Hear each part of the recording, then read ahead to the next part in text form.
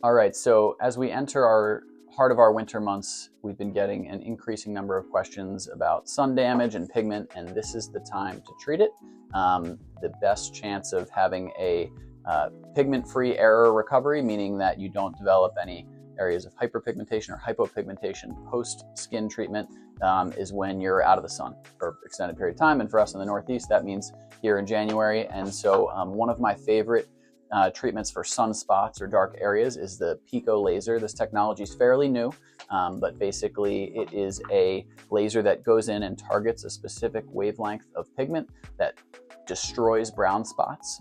Because of the wavelength of the laser, that's sort of the recent advance, and because of that it generates less heat and causes less inflammation in the area, less likely to cause pigmentation issues after, and more effective destruction of pigment.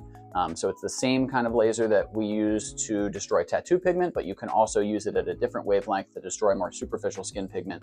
And we'll attach some photos, but it's really beautiful for taking care of sunspots. And so it's a great time to set that up.